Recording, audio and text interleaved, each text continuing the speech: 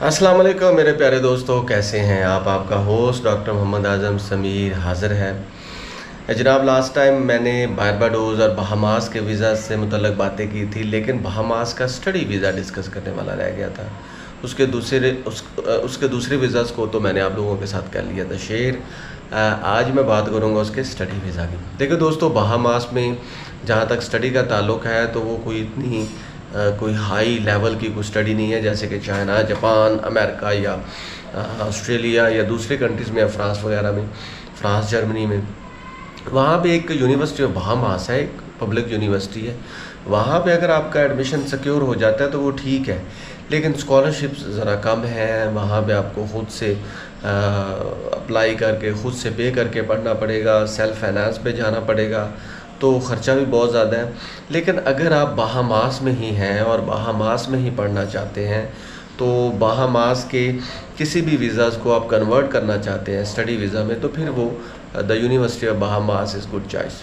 तो दोस्तों, इस सिलसिले में ये है कि वीज़े का प्रोसेस वही है, सेम है। सबसे पहले तो आपको अपनी सीवी डिज़ाइन करनी पड़ेगी, आपको कवरिंग लेटर बनाना पड़ेगा, अपने डॉक्यूमेंट्स को सीधा करना पड़ेगा। फॉर एग्ज़ाम्पल, उनको HEC से, मोफा से अटेस्टेड करवाना पड़ेगा। उनकी अटेस्टेशन वेरिफिकेशन बहुत ज़रूरी है।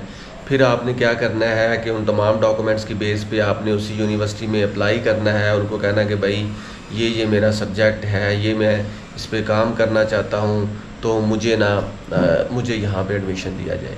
सपोज़ कि आपको एडमिशन मिल जाता है, उनके एक सेमेस्टर की फ़ीस दे के अगर आप वहाँ पे नहीं भी जाते तो वो रिफ़ंडेबल होती है, आप उसको रीइंबर्स कर सकते हैं। लेकिन ये है कि सम टाइम आपको अगर कोई प्रोफेसर या कोई भी बंदा अगर आपको उनका इन्विटेशन लेटर दे देता है, एडमिशन ऑफ़र लेटर दे देता है, तो फिर आपके लिए आसानी है। तो मान लीजिए जी, आपको मिल जाता है जी उनका एडमिशन ऑफ़र लेटर।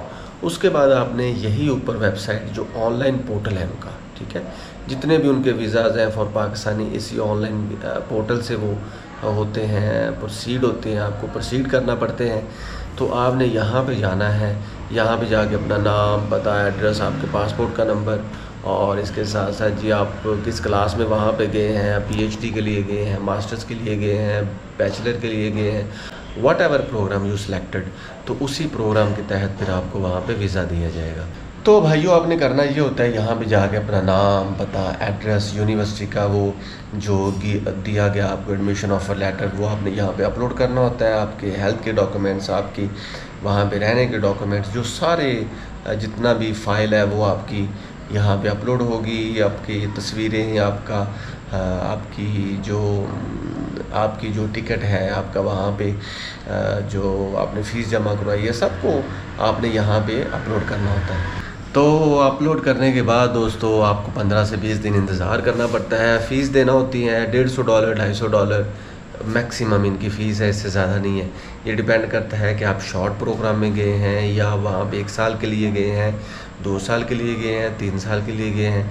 किसी भी जो वीज़ा की क्लॉज जो है वो डिफरेंट होती है, और डिपेंड करता है डेज़ पे, डिपेंड करता है नंबर ऑफ़ एंट्रीज़ पे।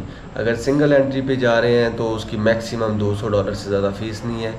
अगर आप ज़्यादा एंट्रीज़ के लिए जा रहे हैं, फॉर एग्ज़ाम्पल आपने आगे कहीं और भी जाना है, या कोई भी इस तरह की क्लॉज़ है कि जिस पे आपको मल्टीपल एंट्री करना है, तो फिर उसकी फ़ीस दुगनी हो जाएगी या थोड़ी सी ज़्यादा हो जाएगी। तो प्यारे भाइयों, जो बहामास है ना, मैं अगेन ये कह रहा हूँ कि अगर आपने वैसे वहाँ पे रहना है और आपने पढ़ना ही है, तो फिर तो बहामास ठीक है। लेकिन वो, जिसे मैं अब बार बार कहता हूँ कि अगर आपने पढ़ने के लिए कहीं पे रहना है, तो फिर तो आपको सही पढ़ना होता है। तो उस सिलसिले में तो आपकी ये सिलेक्शन, मैं कहूँगा कि चाइना, जापान, ऑस्ट्रेलिया या अमेरिका या जर्मनी या फ्रांस होनी चाहिए।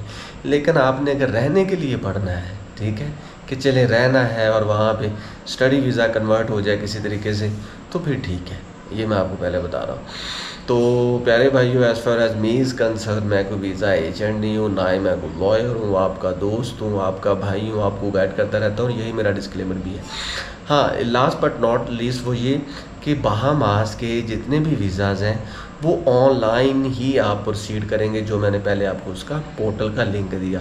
बहुत से लोग होते हैं वो कहते हैं जी हाँ, कुछ चीज़ें होती हैं, फॉर एग्ज़ाम्पल अगर आपको अमेरिका में, या आपके पास अमेरिका का वीज़ा है, ऑस्ट्रेलिया की टीआरसी है या इंग्लैंड की टीआरसी है या इवन दो अमेरिका की टीआरसी है, तो आपके चांसेस बहुत ब्राइट हो जाते हैं।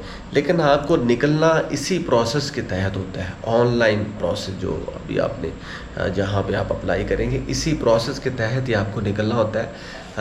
कुछ चीज़ें ऐसी होती हैं, फॉर एग्जांपल अगर आपने बहामास में जाना है 2 दिन के लिए, आपके पास अमेरिका का वीज़ा है, किसी वजह से वहाँ पे ठहरना हो गया, तो फिर आपको ट्रांजिट भी मिल जाता है, नो इशू। लेकिन properly study visa, business visa, job visa, you will have to apply through this online portal जो मैंने अभी आपको पहले शेयर किया है। तो भाइयों, आज तक के लिए बस इतना ही। मिलेंगे next content, next विज़ and x के साथ। भाई के चैनल को सब्सक्राइब करना मत भूला करें। अल्लाह हाफिज़।